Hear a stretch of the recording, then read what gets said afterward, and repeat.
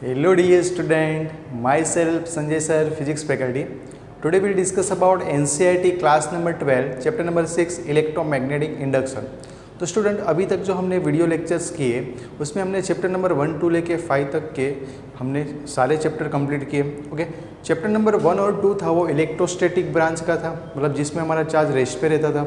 Chapter number 3 में हमारा charge motion कर रहा था। चैप्टर नंबर 4 में भी चार्ज हमारा मोशन कर रहा था, लेकिन जब मोशन कर रहा था तो अपने सराउंडिंग में एक फील्ड प्रोड्यूस कर रहा था, एक इफेक्ट प्रोड्यूस कर रहा था, जिसको हमने मैग्नेटिक इफेक्ट बोला था। एक मैग्नेटिक फील्ड प्रोड्यूस कर रहा था, जिसके बारे में फर्स्ट ऑब्जर्वेशन किया ओर्स्टेड ने। ओर्स्टेड के ऑब्जर्वेशन के बाद डिफरेंट साइंटिस्ट आए और उन्होंने अपने ऑब्जर्वेशन से कुछ लॉज दिए, जिसमें बायो-सावर्ट लॉ हमने पढ़ा कि कोई करंट कैरिंग वायर के सराउंडिंग में मैग्नेटिक फील्ड का मैग्नीट्यूड कितना होगा, वो हमें बायो-सावर्ट के लॉ के ऊपर से पता चला। ओके, उसके बाद चैप्टर नंबर 5 के अंदर हमने डिस्कस किया कि प्योर मैग्नेटिज्म के मैग्नेटिक मटेरियल्स क्या होते हैं, कितने टाइप्स के मैग्नेटिक मटेरियल है, मैग्नेट के टाइप्स क्या होते हैं, मैग्नेट की प्रॉपर्टी क्या होती है, अर्थ का मैग्नेटिज्म क्या है। ओके, अर्थ के मैग्नेटिज्म में कौन कौन से पैरामीटर्स है वो हमने डिस्कस किए। ओके, फेरो, डाया, पेरा जैसे मैग्नेटिक मटेरियल के बारे में डिस्कस किए। ओके, आज जो हम चैप्टर स्टार्ट करने वाले हैं जिसका नाम है इलेक्ट्रोमैग्नेटिक इंडक्शन, तो चैप्टर को पढ़ने से पहले चैप्टर के बारे में थोड़ा इंट्रोडक्शन कर लेते हैं, क्योंकि इंट्रोडक्शन से ही आपको पता चलेगा इस चैप्टर में क्या है। क्योंकि इंट्रोडक्शन का इम्पोर्टेंस ज़्यादा होता है। फॉर एग्जांपल आप इंडिया से यूएसए जा रहे हो, तो पहले आप यूएसए जाओगे तो वहाँ का एटमॉस्फेयर के बारे में आप पहले चेक करोगे कि एटमॉस्फेयर क्या है, वहाँ का फूड क्या, करेंसी क्या है। तो उससे आपको क्या पता चलेगा कि जब वहाँ पे आप जाओगे तो आपको वहीं पे सेटल होने के लिए कम से कम टाइम लगेगा। ओके, पहले से आपने उसके बारे में इंट्रोडक्शन किया होगा तो आप वहाँ पे जाने में डिफ़िकल्टी नहीं लगेगी। आप वहाँ पे जाओगे तो आपको डिफ़िकल्टी नहीं लगेगी, क्योंकि पहले से आपने उनके बारे में इंट्रोडक्शन ले लिया था। इसलिए तो कोई भी चैप्टर पढ़े तो उसके लिए इंट्रोडक्शन इम्पोर्टेंट है। तो चलो आज का इस चैप्टर का इंट्रोडक्शन करते हैं। तो पहले तो चैप्टर के नेम के ऊपर से आपको पता चलना चाहिए। क्यों? क्योंकि कोई भी मूवी देखने जाते हैं तो नेम के ऊपर से ही पता चलता है कि मूवी के अंदर क्या होगा। हम बोलते हैं कि बाहुबली, तो मूवी के अंदर बाहुबली तो होना ही चाहिए। अभी चैप्टर का नेम हम बोल रहे हैं इलेक्ट्रोमैग्नेटिक इंडक्शन, तो इसमें कुछ ऐसा होना चाहिए जो ये टाइटल को सेटिस्फाई करे। तो स्टूडेंट यहाँ पे देखो कि इलेक्ट्रोमैग्नेटिक इंडक्शन है, तो उसका मीनिंग क्या होता है। तो इलेक्ट्रोमैग्नेटिक इंडक्शन का मीनिंग होता है कि मैग्नेटिज्म से इलेक्ट्रिसिटी प्रोड्यूस कराना। इंडक्शन का मतलब होता है कुछ प्रोड्यूस कराना। तो मैग्नेटिज्म से इलेक्ट्रिसिटी प्रोड्यूस करने की जो प्रोसेस है उसको हम इलेक्ट्रोमैग्नेटिक इंडक्शन बोलते हैं। लेकिन सर ये तो हमने पढ़ा था चैप्टर नंबर 4 में, मूविंग चार्ज इन मैग्नेटिज्म में, कोई करंट कैरिंग वायर हो, मतलब में इलेक्ट्रिसिटी से मैग्नेटिक फील्ड जनरेट होता है, मैग्नेटिज्म प्रोड्यूस होता है। हमने तो ये स्टडी किया था कि कोई करंट कैरिंग वायर हो, उसके सराउंडिंग में मैग्नेटिक फील्ड प्रोड्यूस होता है। ऐसा तो हमने पढ़ा नहीं है कि मैग्नेटिक फील्ड से करंट प्रोड्यूस होता है। बस यही कॉन्सेप्ट यहाँ पे हमें यूज़ करना है कि स्टूडेंट जो हमारे चैप्टर नंबर 4 के अंदर एक साइंटिस्ट आए थे, साइंटिस्ट ने एक टीचर्स थे जिन्होंने ऑब्जर्वेशन किया था, उनके नेम थे ओर्स्टेड। तो ओर्स्टेड ने जो ऑब्जर्वेशन किया था कि करंट कैरिंग वायर है तो उसके सराउंडिंग में मैग्नेटिक फील्ड प्रोड्यूस होता है, तो वही कॉन्सेप्ट को, वही ऑब्जर्वेशन को आगे जितने भी साइंटिस्ट थे उन्होंने अपने माइंड में सेटअप किया और उसके ऊपर सोचने लगे कि क्या इलेक्ट्रिसिटी से मैग्नेटिज्म प्रोड्यूस हो सकता है, तो क्या मैग्नेटिज्म से इलेक्ट्रिसिटी प्रोड्यूस हो सकता है। तो उस टाइम पे हमें इलेक्ट्रिसिटी में इन्वेंशन ज़्यादा चल रहा था और इलेक्ट्रिसिटी प्रोड्यूस करने में इंटरेस्ट ज़्यादा था साइंटिस्ट लोगों को।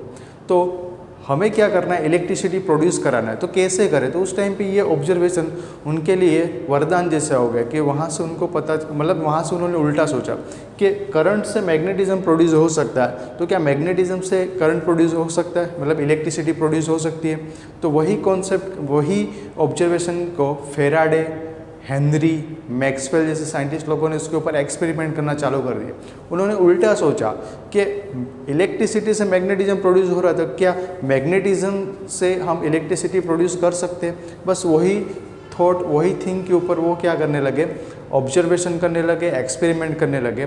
और उसमें हेनरी और फेराडे ने नंबर ऑफ एक्सपेरिमेंट किए और उनमें उन्होंने सक्सेस भी वहाँ पे ले ली थी।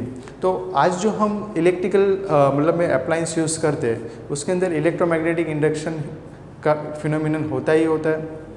फॉर एग्जांपल आप जनरेटर पढ़ के आए हो 10th स्टैंडर्ड के अंदर, 10th स्टैंडर्ड में डायनामो भी पढ़े हो, और डे टू डे लाइफ की बात करें तो आप जो व्हीकल यूज़ करते हो, मान लो कि आप टू व्हीलर यूज़ कर रहे हो, तो टू व्हीलर के आगे की हेडलाइट जो होती है वो बैटरी के ऊपर नहीं चलती है, जो आपकी केमिकल्स बैटरी होती है, तो डीसी बैटरी जो भी आप कार या बाइक के अंदर यूज़ करते हो वो बैटरी के ऊपर नहीं चलता है, वो किसके ऊपर चलता है, तो एक रोटेटिंग मैग्नेट के बीच में कोयल रोटेट होता है, उसके ऊपर वो वर्क करता है कि वो जैसे हम एक्सीलरेटर देते हैं वहाँ पे वो कोयल क्या होता है, रोटेट होता है मैग्नेट के बीच में, तो वो कोयल रोटेट होने की वजह से वहाँ पे इंड्यूस होता है, इलेक्ट्रिसिटी इंड्यूस होती है।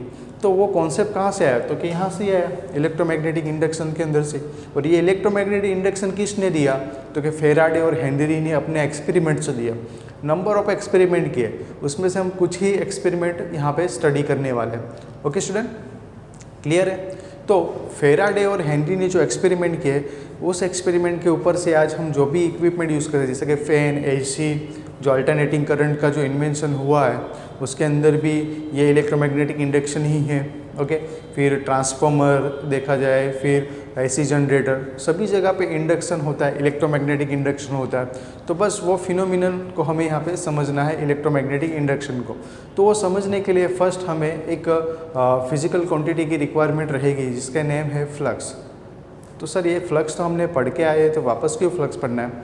तो स्टूडेंट हमने फ्लक्स पढ़ा था, वो इलेक्ट्रिकल फ्लक्स था, हम इलेक्ट्रोस्टैटिक पढ़ रहे थे तब इलेक्ट्रिक फ्लक्स देखा था। आज हम यहाँ पे डिस्कस करने वाले हैं मैग्नेटिक फ्लक्स, क्योंकि हम पढ़ रहे हैं इलेक्ट्रोमैग्नेटिक इंडक्शन। यहाँ पे मैग्नेटिक फील्ड से हम इलेक्ट्रिसिटी प्रोड्यूस करने वाले हैं, मैग्नेटिज्म से इलेक्ट्रिसिटी प्रोड्यूस करने वाले की जो प्रोसेस है वो यहाँ पे हमें समझनी है।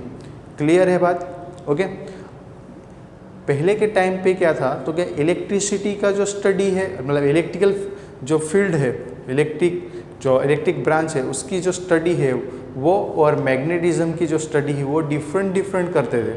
लेकिन जैसे ही ओर्स्टेड का ऑब्जर्वेशन आया कि इलेक्ट्रिसिटी से मैग्नेटिज्म प्रोड्यूस होता है, तो उसके ऊपर से ही ये ब्रांच क्या हो गई, कंबाइन हो गई, जिसको हम बोलते हैं इलेक्ट्रोडायनामिक्स या तो इलेक्ट्रोमैग्नेटिज्म। ओके, इलेक्ट्रोमैग्नेटिज्म उसको बोला जाता है। अभी स्टूडेंट ये चैप्टर नंबर 6, 7 और 8 एक ही वे वाले चैप्टर्स है।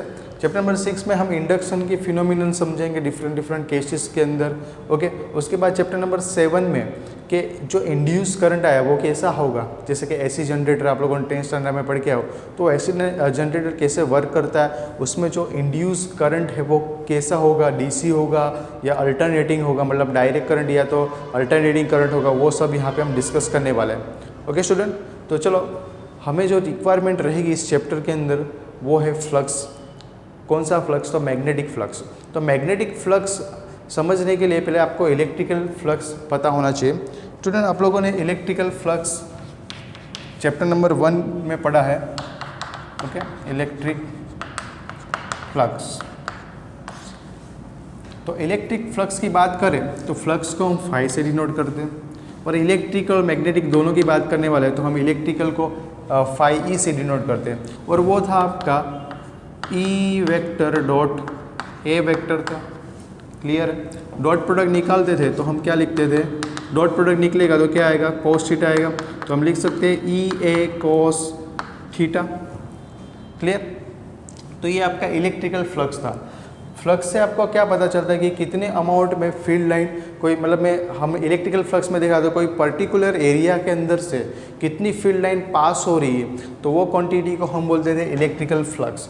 यहाँ पे भी सेम, कोई एरिया के अंदर से कितनी मैग्नेटिक फील्ड लाइन पास हो रही है उसको हम क्या बोलेंगे, मैग्नेटिक फ्लक्स। तो उसको समझने के लिए चलो एक पिक्चर डायग्राम ड्रॉ करते हैं। कंसिडर करते हैं कि अपने पास यूनिफॉर्म मैग्नेटिक फील्ड है, ये जो मैं एरो से दिखा रहा हूँ वो मैग्नेटिक फील्ड लाइन को दिखा रहा हूँ। अभी क्वेश्चन होगा सर मैग्नेटिक फील्ड लाइन तो क्लोज लूप बनाई थी तो आपने स्ट्रेट क्यों बनाया, तो स्टूडेंट आपको पता होना चाहिए कि मैग्नेटिक फील्ड लाइन नॉर्थ से निकलती है और साउथ पे एंड होती है, और ये आगे जाके वापस से यहाँ पे आएगी, मतलब क्लोज लूप बनाएगी। लेकिन हमें क्या करना है, यहाँ पे सिर्फ यही लेना है क्योंकि हमें यहाँ पे फ्लक्स समझना है। फ्लक्स समझने के लिए सिर्फ हमें पैरेलल मैग्नेटिक फील्ड लाइन देखनी है। Okay, clear. अभी इसके अंदर हम एक कोई एरिया सपोज करें, मान लो कि यहाँ पे मैं एक एरिया सपोज कर रहा हूँ, मतलब मैं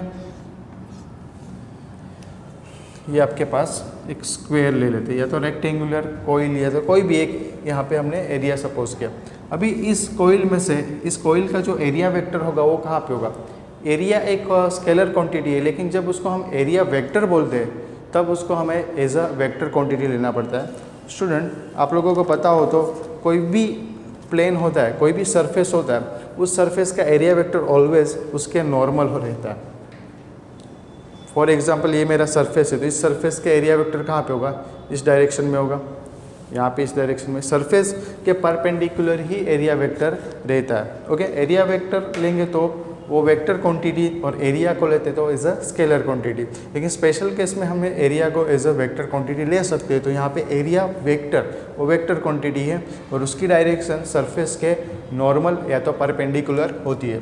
तो यहाँ पे एरिया वेक्टर की डायरेक्शन कहाँ होगी? ये होगी, जिसको मैं कैपिटल ए से डिनोट कर रहा हूँ, और उसके ऊपर एरो। एरो का मतलब तो पता है आपको कि वेक्टर क्वांटिटी। अभी मैग्नेटिक फील्ड लाइन है, तो मैग्नेटिक फील्ड को मैं बी से दिखा रहा हूँ। मैग्नेटिक फील्ड बी क्या है? वेक्टर क्वांटिटी, तो मैंने बी वेक्टर लिखा है यहाँ पे। ओके, अभी स्टूडेंट, जो मैग्नेटिक फ्लक्स है वो भी सिमिलर इलेक्ट्रिकल फ्लक्स की तरह ही आप फाई से डिनोट कर सकते हो। तो फाई बी सफिक्स में लिखने का मीनिंग है ये मैग्नेटिक फ्लक्स है। तो magnetic flux phi B equals to, आप लिख सकते हो यहाँ पे B vector dot A vector.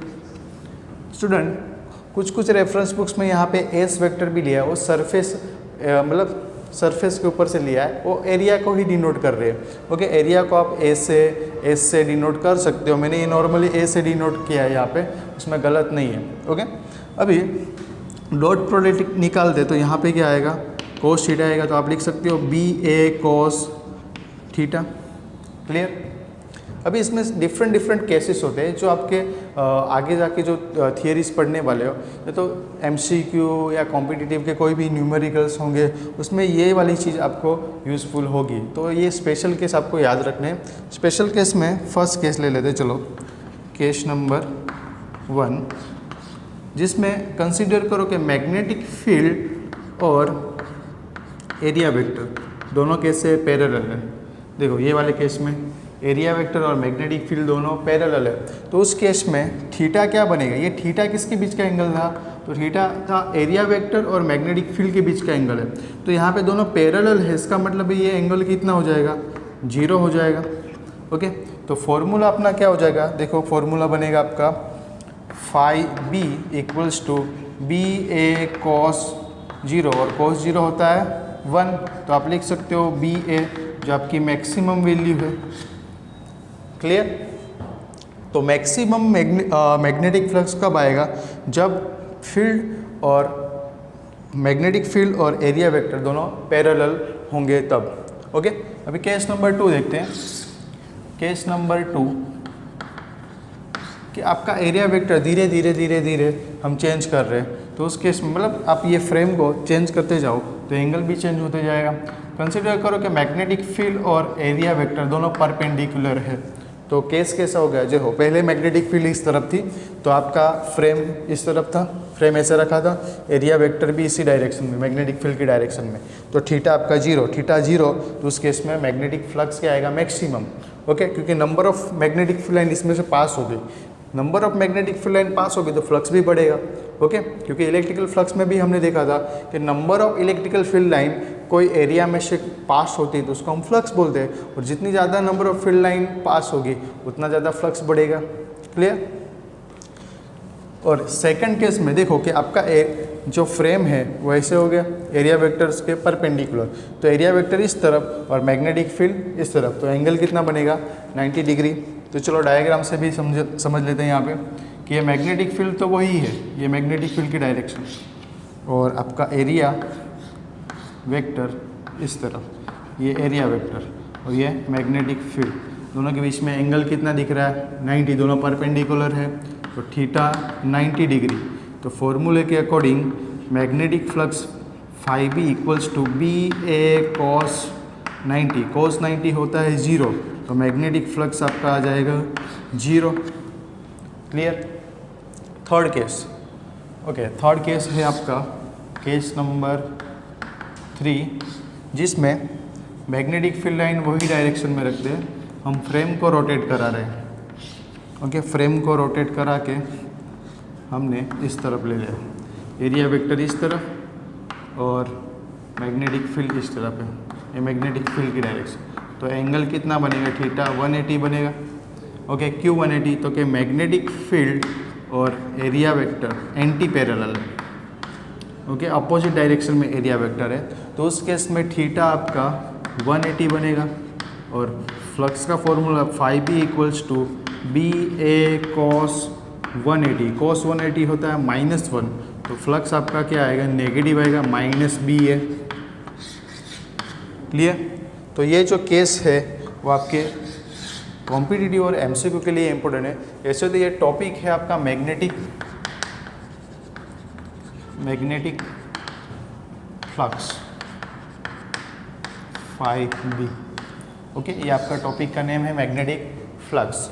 ये आपके चैप्टर नंबर 1 वाला टॉपिक है। ओके, जैसे इलेक्ट्रिकल फ्लक्स था E dot A vector, E vector dot A vector, वैसे ही मैग्नेटिक फ्लक्स क्या है, B vector dot A vector. Clear? ये टॉपिक आपका टेक्स्ट बुक में 6.3 पे दिया है।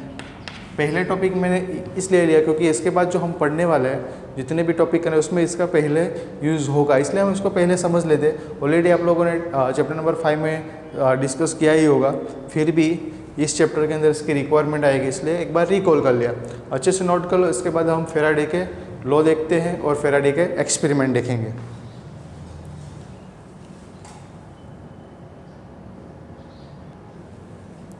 Okay student, now we discuss experiments of Faraday Henry.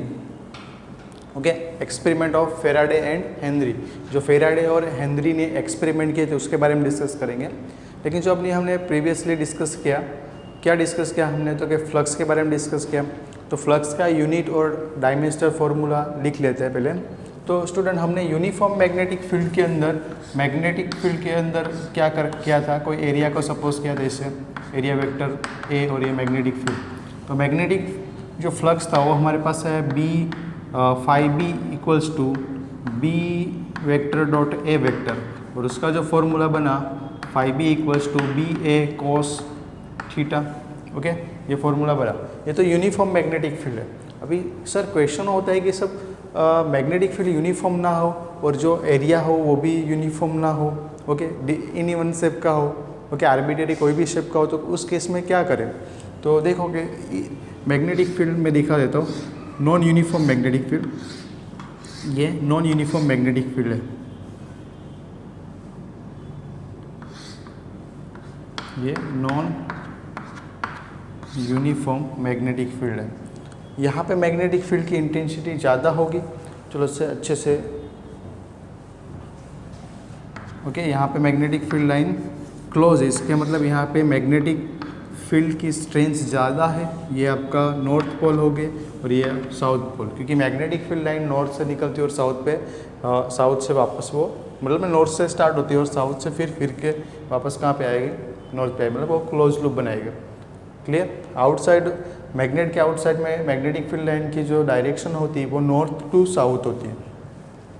अभी यहाँ पे कोई आर्बिट्ररी कोई भी शेप का आप यहाँ पे सपोज करो ये, तो देखो कि ये ऑब्जेक्ट के अंदर हम सपोज करें एरिया, तो एरिया वेक्टर भी डिफरेंट होंगे। यहाँ का मान लो कि ये छोटा सा हमने डेल आई, तो ए आई एक एरिया वेक्टर सपोज किया। मैग्नेटिक फील्ड यहाँ पे इस तरफ है, तो इस पॉइंट के पास मैग्नेटिक फील्ड हम बी आई से डिनोट करें तो वो ये डायरेक्शन में होगी। ओके, तो ऐसे तो नंबर ऑफ इसमें एलिमेंट बनेगी। हमने एक छोटा सा एलिमेंट लिया, ये एरिया का एक छोटा सा एलिमेंट लिया, एरिया एलिमेंट, जिसको डेल ए से डिनोट किया। तो इस पूरे ऑब्जेक्ट के साथ लिंक जो फ्लक्स होगा वो कितना होगा, तो फाइंड करने के लिए फॉर्मूला हम लिख सकते हैं। पहले तो छोटे से साथ कितना फ्लक्स है, तो छोटे वाले पार्ट के साथ, छोटा एलिमेंट के साथ जो फ्लक्स होगा वो डेल फाई से डिनोट करेंगे। तो डेल फाई इक्वल्स हम लिख सकते हैं vector B i dot del A i vector. Clear? अभी हमें पूरे ये ऑब्जेक्ट के साथ जो लिंकेड फ्लक्स है वो फाइंड करना हो तो हम लिख सकते हैं flux, total flux phi B equals to summation all, जितने भी इतने छोटे छोटे एलिमेंट होंगे उस सभी का समेशन। समेशन का मतलब होता है एडिशन सभी का, B i vector dot del A i vector. Okay, तो जब आपके पास नॉन यूनिफॉर्म मैग्नेटिक फील्ड होगी और उसमें कोई आर्बिटरी शेप का होगा तो आप क्या करोगे, समेशन यूज़ करोगे या तो आप फिर इंटीग्रेशन भी यूज़ कर सकते हो। Phi B equals to integration B i vector dot del A i vector, ये भी आप यूज़ कर सकते हो। ये दोनों में से कोई भी एक आप यूज़ कर सकते हो। क्लियर? अभी स्टूडेंट हम डिस्कस करते हैं जो फ्लक्स है, वो फ्लक्स का यूनिट क्या होगा वो। तो यूनिट की बात करें तो यहाँ से आपको यूनिट मिल सकता है मैग्नेटिक फील्ड और एरिया। मैग्नेटिक फील्ड का जो यूनिट था वो क्या था, मैग्नेटिक फील्ड का यूनिट हम लिखते थे टेस्ला और ये एरिया का मीटर स्क्वायर। तो हम यूनिट लिख सकते हैं यूनिट, तो फर्स्ट यूनिट लिख सकते हैं हम टेस्ला मीटर स्क्वायर और उसको कंबाइनली बोला जाता है वेबर। तो आप WB से भी डिनोट कर सकते हो। ओके, फ्लक्स का यूनिट, मैग्नेटिक फ्लक्स का यूनिट वेबर होता है। वेबर को हम WB से डिनोट करते हैं और टेस्ला मीटर स्क्वायर भी आप लिख सकते हो। अभी स्टूडेंट यूनिट तो हो गया, अभी हमें डायमेंशनल फार्मूला निकालना हो तो डायमेंशनल फार्मूला निकालना हो तो आपको पहले मैग्नेटिक फील्ड का मैग्नेटिक फील्ड जो है उसका डायमेंशनल फार्मूला पता होना चाहिए। तो वो निकालने के लिए आपके पास एक फार्मूला था, कौन सा फार्मूला, मैग्नेटिक फोर्स का, F इक्वल्स टू QVB। उसके ऊपर से B को सब्जेक्ट बनाओ तो F/QV क्या आया। अभी फोर्स का यूनिट होता है न्यूटन, चार्ज का यूनिट होता है कूलम और ये V क्या था, QVB में V वेलोसिटी था।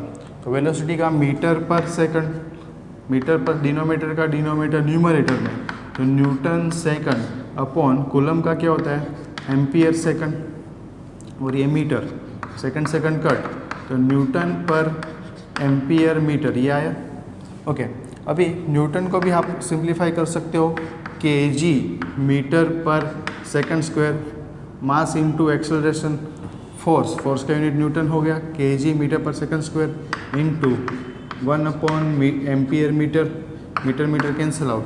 तो आपके पास मैग्नेटिक फील्ड का जो डायमेंशनल फार्मूला है वो क्या आएगा, m1 kg इसलिए m1, फिर डिनोमीटर में देखो सेकंड है और एम्पियर है तो L0 T-2 A-1। ओके, ये आपका डायमेंशनल फार्मूला हुआ। अभी किसका हुआ है तो सिर्फ मैग्नेटिक फील्ड का, इनटू मीटर स्क्वायर भी है तो आप यहाँ पे मीटर स्क्वायर है इसलिए इसका मतलब ये L² हो जाएगा। ये वेबर के साथ है ना, वेबर पूरा क्या, वेबर क्या होता है टेस्ला मीटर स्क्वायर, मैंने सिर्फ टेस्ला का लिखा और ये मीटर स्क्वायर का क्या आ गया L²। तो कंबाइनली लिखोगे तो m1 L2 T-2 और ये -1, ये आपका finally dimensional formula complete, m1 L2 T-2 A-1। ये डायमेंशनल फार्मूला है किसका, तो मैग्नेटिक फ्लक्स का। ये 1 मार्क्स के क्वेश्चन में इंपॉर्टेंट है, कॉम्पिटिटिव में भी इसके क्वेश्चन आ सकते हैं, यूनिट और डायमेंशनल फार्मूला, इसलिए अच्छे से इसको प्रिपेयर करना है। कोई भी डायमेंशनल फार्मूला रटना नहीं है, आपको ऐसे फार्मूले के ऊपर से निकालना है। ओके, डायमेंशनल फार्मूला कैसे निकालोगे तो आपको फार्मूला पता हो, न्यूमेरिकल फार्मूला, उसका यूनिट निकालना है, फिर उसके ऊपर से डायमेंशनल फार्मूला बनाना है। ओके, रट के रखना नहीं है। क्लियर? अभी एक्सपेरिमेंट की बात करें फेराडे और हेनरी की, तो फर्स्ट जो एक्सपेरिमेंट था वो था कॉइल और बार मैग्नेट के बीच में। तो मैं अरेंजमेंट दिखा देता हूँ जो यहाँ पे हम एक्सपेरिमेंट देखने वाले उसका।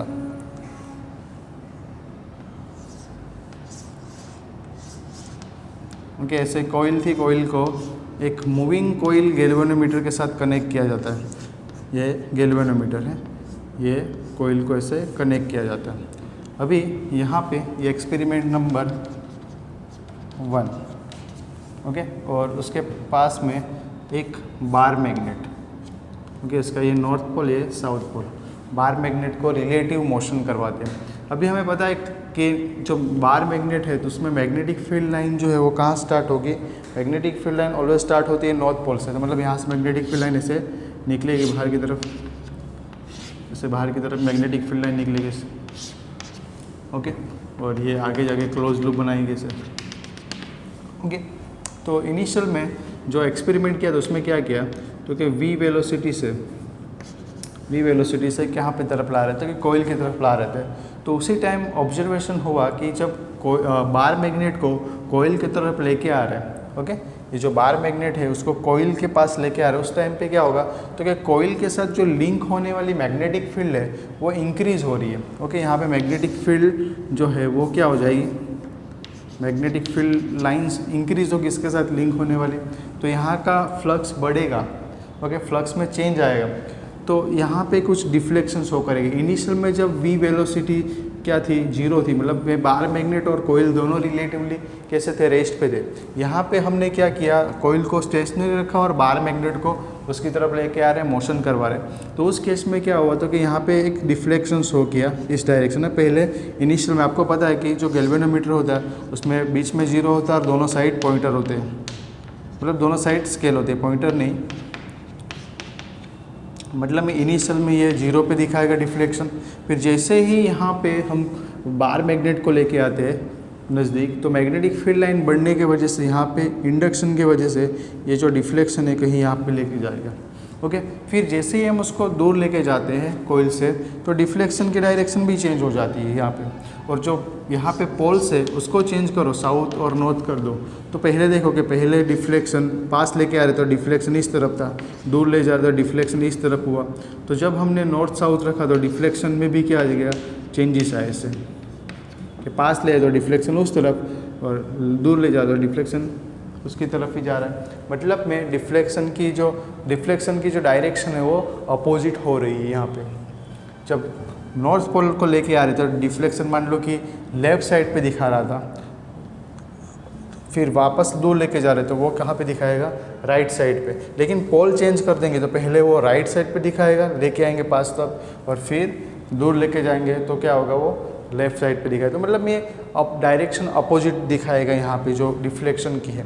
तो कंक्लूजन क्या हुआ कि जब हम रिलेटिव मोशन करवा दें बार मैग्नेट और कोइल का, तो गैल्वेनोमीटर में हमें कुछ ना कुछ डिफ्लेक्शन शो होता है। ओके, यहाँ पे कुछ करंट इंड्यूस होता है।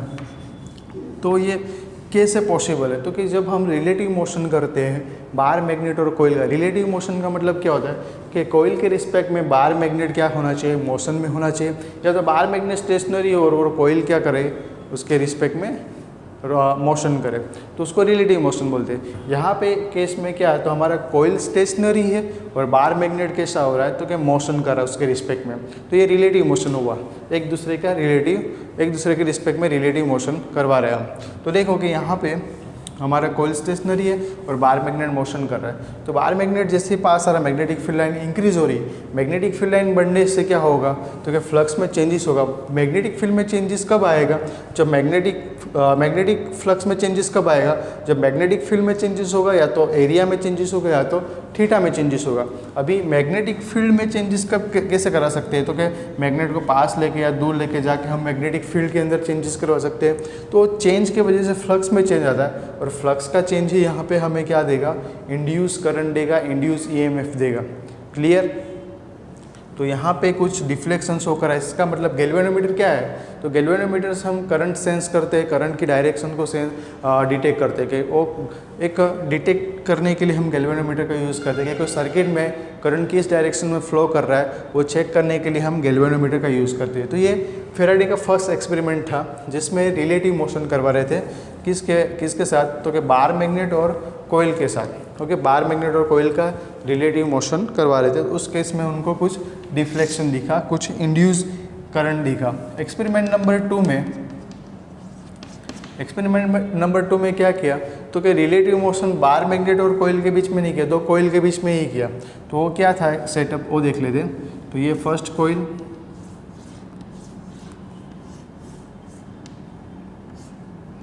जिसमें गैल्वेनोमीटर लगाया हुआ है।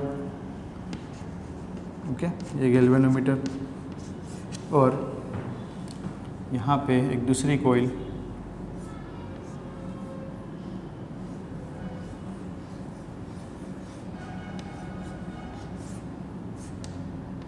जिसको बैटरी से कनेक्ट किया है। ओके, ये प्लस, ये माइनस। एक काम करते हैं, यहाँ पे माइनस ले लेते हैं, यहाँ पे प्लस, माइनस, ये प्लस मतलब करंट प्लस से माइनस की तरफ। तो मैग्नेटिक फील्ड लाइन जो है यहाँ से इंड्यूस होगी। हमें पता है सोलेनॉइड के अंदर हमने पढ़ा था कि जब कोइल में करंट पास करवाते तो उसमें parallel magnetic field line produce होती है। तो ये मैग्नेटिक फील्ड लाइन प्रोड्यूस होगी और रिलेटिव मोशन हमें कोयल का करवाना है। तो ये कोयल का मोशन करवाने से देखो यहाँ पे फील्ड लाइन बढ़ेगी, जब हम उसको रिलेटिवली नज़दीक लेके आ रहे हैं तब यहाँ पे डिफ्लेक्शन आपको कुछ इस तरफ दिखेगा, फिर दूर ले जा रहे हैं तो डिफ्लेक्शन उसका चेंज हो जाएगा, अपोजिट डायरेक्शन में दिखेगा। तो मतलब में यहाँ पे कोयल को हम क्या करा रहे हैं, देखो कोयल में से कंटिन्यू करंट पास हो रही है इस कोयल के अंदर, तो करंट पास होने की वजह से यहाँ पे मैग्नेटिक फील्ड लाइंस निकलेगी, क्योंकि मैग्नेटिक फील्ड सोलेनोइड के अंदर हमें पता है कि बीच में मैग्नेटिक फील्ड लाइन मिलती है, पैरेलल मैग्नेटिक फील्ड लाइन मिलती है। तो यहाँ पे पैरेलल मैग्नेटिक फील्ड इसके साथ लिंक होगा तो इसमें फ्लक्स चेंज होगा, फ्लक्स चेंज होने की वजह से यहाँ पे गैल्वेनोमीटर में डिफ्लेक्शन शो करेगा। तो ये डिफ्लेक्शन शो कर रहा है गैल्वेनोमीटर, इसका मतलब यहाँ पे कुछ ना कुछ करंट इंड्यूस हो रहा है इस सर्किट के अंदर। ओके, तो ये इंड्यूस ईएमएफ किसके वजह से आया, तो कि वो फ्लक्स के चेंजेस के वजह से आया। थर्ड एक्सपेरिमेंट था उसमें एक्सपेरिमेंट नंबर 3, जिसमें कोयल दोनों कोयल लेनी है, लेकिन दोनों कोयल कैसे लेनी है, रिलेटिवली हमें उनका मोशन नहीं करवाना है, दोनों हमें रेस्ट पे ही लेना है। ओके, ये एक फर्स्ट कोयल और उसके साथ ये एक सेकंड कोयल।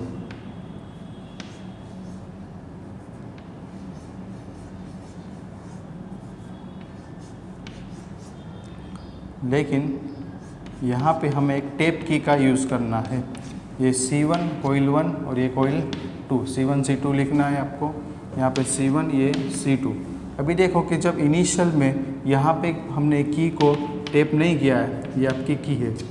ओके, तो उस केस में गैल्वेनोमीटर में कुछ डिफ्लेक्शन दिखाएगा ही नहीं, लेकिन जैसे ही हमने की को टेप करेंगे तो कुछ करंट यहाँ से पास होने की वजह से इसमें मैग्नेटिक फील्ड लाइन प्रोड्यूस होगी। ये मैग्नेटिक फील्ड लाइन क्या होगी, तो इसके साथ लिंक होगी, तो इसमें कुछ टाइम के लिए यहाँ पे हमें करंट डिटेक्ट होगा, डिफ्लेक्शन दिखाएगा, तुरंत ही डिफ्लेक्शन दिखा के वो पॉइंटर 0 पे आ जाएगा। तो मतलब यहाँ पे कुछ ना कुछ डिटेक्ट होगा। जैसे ही हमने प्रेस किया की को, टैप की को, तो यहाँ पे करंट इसमें फ्लो होने की वजह से यहाँ पे मैग्नेटिक फील्ड लाइन बनेगी और मैग्नेटिक फील्ड लाइन इसके साथ लिंक होगी, तो इस कोयल के अंदर कुछ इंस्टेंट के लिए करंट इंड्यूस होगा, तो हमें यहाँ पे कुछ डिटेक्शन दिखेगा गैल्वेनोमीटर में। ओके, फिर वापस से की को क्लोज करो, मतलब क्लोज किया तो ओपन करो, तो उस केस में भी आपको डिफ्लेक्शन अपोजिट डायरेक्शन में दिखेगा, लेकिन वो कुछ कम टाइम पीरियड में, एक शॉर्ट टाइम पीरियड में दिखेगा, क्योंकि यहाँ पे कंटिन्यूस मैग्नेटिक फील्ड के वजह से ओके मैग्नेटिक फील्ड के अंदर चेंजेस नहीं होगा, तो यहाँ पे कोई डिफ्लेक्शन नहीं होगा। तो ये पूरे जो एक्सपेरिमेंट में हमने ये देखा कि मैग्नेटिक फील्ड लाइन के अंदर चेंजेस हो रही है, तो मैग्नेटिक फील्ड के अंदर चेंजेस हो रही है, तो वो कुछ ना कुछ इंड्यूस करंट दे रहा है आपको, तभी आपको डिफ्लेक्शन दिखा रहा है। डिफ्लेक्शन दिखा रहा है इसका मतलब क्या है, तो कि यहाँ पे कुछ ना कुछ करंट इंड्यूस हो रहा है। वो कब पॉसिबल है, जब हमने रिलेटिव मोशन करवाया मैग्नेट और कोयल के बीच में, या तो दो कोयल का रिलेटिव मोशन करवाया, या तो दोनों कोयल स्टेशनरी रखे, तो इसमें करंट का चेंजेस करवाया, इसमें करंट चेंज हुआ तो मैग्नेटिक फील्ड चेंज हुआ, मैग्नेटिक फील्ड चेंज हुआ तो यहाँ पे फ्लक्स चेंज हुआ, फ्लक्स के चेंजेस की वजह से यहाँ पे क्या प्रोड्यूस हुआ, कुछ ना कुछ इंड्यूस ईएमएफ प्रोड्यूस हुआ। ओके, लेकिन कुछ शॉर्ट टाइम पीरियड में। तो स्टूडेंट तीनों एक्सपेरिमेंट से फेराडे और हेनरी को एक आइडिया तो आ गया कि हम मैग्नेटिक फील्ड के अंदर चेंजेस करें तो हमें क्या मिल सकता है, इलेक्ट्रिसिटी हम प्रोड्यूस कर सकते हैं। तो यही फिनोमिनन का यूज़ हम हमारे व्हीकल्स के अंदर यूज़ करते हैं, जो मैंने स्टार्टिंग में बताया कि जो व्हीकल की हेडलाइन होती है वो हेडलाइट जो है वो किसके ऊपर चलती है, तो कि हमारे व्हीकल के अंदर कॉइल रोटेट होती रहती है मैग्नेट के बीच में, तो उसके ऊपर वो वर्क करता है, वो इंडक्शन ही है। सेम प्रोसेस वहाँ पे भी होता है कि मैग्नेटिक फील्ड चेंज हो रहा है कॉइल के अंदर, तो उसके वजह से वहाँ पे इंडक्शन की वजह से ईएमएफ प्रोड्यूस हो रहा है वहाँ पे। क्लियर? तो आई होप आप सभी को एक्सपेरिमेंट पता चले और मैग्नेटिक फ्लक्स पता चला होगा। नेक्स्ट वीडियो लेक्चर में हम डिस्कस करेंगे फेराडेस लॉ के बारे में। ये एक्सपेरिमेंट था और लॉ है जिसके ऊपर से हम ये निकाल सकते हैं कि यहाँ पे जो ईएमएफ इंड्यूस हो रहा है या इंड्यूस इलेक्ट्रिसिटी है वो कितनी होगी, उसका मैग्नीट्यूड कितना होगा, वो हम न्यूमेरिकल मतलब मैथमेटिकल फॉर्मूले के फॉर्म में देखने वाले हैं। Okay, thank you.